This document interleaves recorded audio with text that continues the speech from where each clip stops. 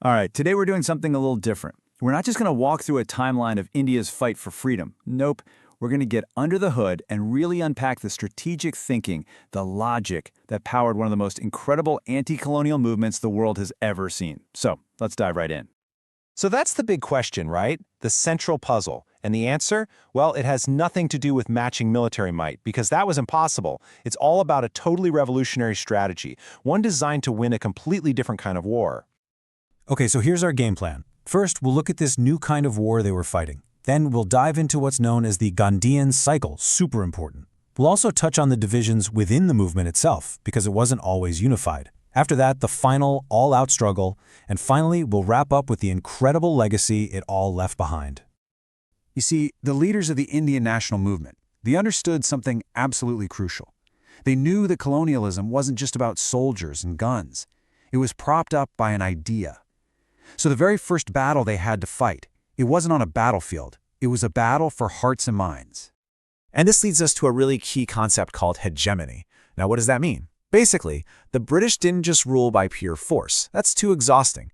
Instead, they built this idea, this narrative, that their rule was actually good for India, that it was fair and just. They created consent. So the first and most important job for the nationalist movement was to completely shatter that illusion. They had to break that spell. So how on earth do you do that? How do you break a spell that powerful? Well, they used an ingenious strategic framework, struggle, truce, struggle. And this is so important to get.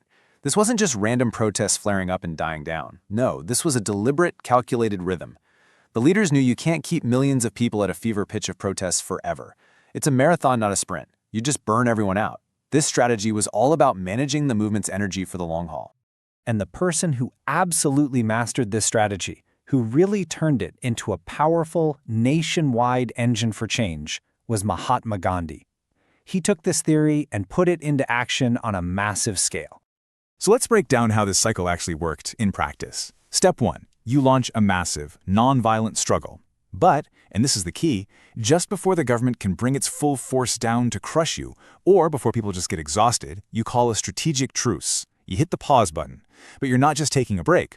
During that truce phase, you're busy consolidating, organizing, educating, and getting ready for the next round. And when you're ready, you relaunch the struggle, but this time from a position of much greater strength. It was just a brilliant way to fight a long, drawn-out war.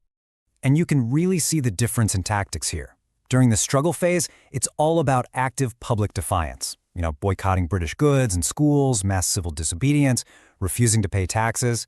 But then, during the truce phase, the work completely shifts, but it's no less important. It's about building from within, promoting Indian-made cloth, working for Hindu-Muslim unity, campaigning against social evils like untouchability. One phase tears down, the other builds up. You absolutely needed both. A perfect example of this in action was the non-cooperation movement in the early 1920s. This was the first time they rolled out the struggle phase on an all-India scale. But then, after a violent incident at a place called Chauri Chaura, Gandhi just called it off. And people were shocked. They were furious. But looking back, it was a classic STS move. It was a strategic truce. He knew that violence would give the British the perfect excuse to launch a wave of brutal repression that could have set the movement back for a decade. But man, those struggle phases, they were moments of incredible moral power. Take this quote from an American journalist, Webb Miller. He was watching the Salt Satyagraha in 1930, and he said he'd never seen anything like it. And that's the point. The whole world was watching. The incredible bravery of the nonviolent protesters facing down police batons, it was broadcast everywhere. It completely exposed the ugly, brutal side of the British Raj and won a massive amount of global sympathy for India's cause. But it's really important to understand that not everyone was on board with this strategy. It wasn't all smooth sailing. The national movement was a huge, diverse group of people, and there was some really intense, passionate debates about the best way to win freedom. The biggest challenge really came from a powerful left wing that was emerging in the late 1920s. We're talking about dynamic, charismatic young leaders like Jawaharlal Nehru and Subhas Chandra Bose. And their main argument was pretty simple. They thought the struggle, truce, struggle strategy was just too slow, too cautious. They wanted to speed things up. And when you look at the details, the differences were huge. The Gandhian leadership favored these strategic pauses, right? The left wing said, no, we need continuous, non-stop struggle. Gandhi's camp wanted to build a broad anti-British front even if it meant downplaying conflicts between, say, landlords and peasants. The left said, no, we have to organize workers and peasants around their own class issues. They were even arguing about what an independent India would look like. So yeah, these weren't just small tactical disagreements. This was a battle for the very soul of the nation that was yet to be born. And as if those internal debates weren't enough, there was another massive challenge: the poison of communalism. This was politics based on religious identity, and it was often deliberately stoked by the British divide-and-rule policy. It created these tragic divisions in society that constantly threatened the movement's core goal of creating a single, united, secular India. So you've got all these tensions bubbling under the surface, the internal strategic debates, the added pressure of World War II, and it all built up to a single flashpoint, the final, decisive, all-or-nothing mass struggle. And that was the Quit India movement of 1942. You could call it the ultimate struggle phase. The British had refused to grant any meaningful independence. The war was causing huge hardship for ordinary people. The leadership just sensed that the time was right. This was it, the moment for the final push. And Gandhi's message to the nation was incredibly stark and simple: do or die. The response across the country was just explosive. And here's what was different. The British arrested the entire top leadership on the very first day. So this movement wasn't centrally controlled. It was spontaneous, it was decentralized.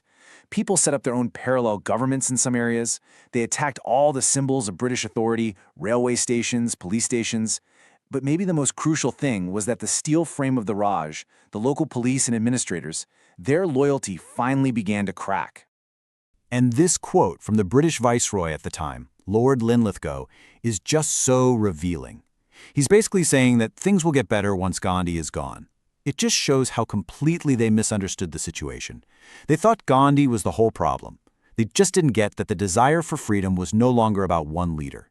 It had seeped into every corner of society. The movement was now bigger than any single person. The fact that the Viceroy was so out of touch actually points to the movement's greatest success. See, the goal wasn't just to kick out the British. It was about creating a whole new national consciousness, a new idea of India. And that is its most powerful, most enduring legacy. And this brings us full circle, right back to that core strategy. Think of it this way. The struggle phases were like attacks that broke the will of the British. But the truce phases? You could argue they were even more important. Because it was during those quiet periods of constructive work that the core values, you could almost call it the political operating system of modern India, were being written. Because the movement didn't just fight for freedom, it spent decades defining what that freedom would actually look like. It built a blueprint for a nation committed to democracy and civil liberties, a nation founded on the principle of secularism, a nation with a vision for social justice for all its people, and a nation with a foreign policy that would always stand against imperialism. These weren't just ideas tacked on at the end. They were forged in the fire of this long, long struggle. So in the end, political freedom was won in 1947. But the deeper struggle, the struggle for what was called Swaraj, which means true self-rule, self-reliance, that's a much more complex story. What did freedom truly mean to the millions of different people who fought for it? The peasant, the factory worker, the student, the woman who marched in the streets, they all had a different vision. And in many ways, while the fight for independence is over, that deeper struggle to define the true meaning of that freedom, well, that continues even today.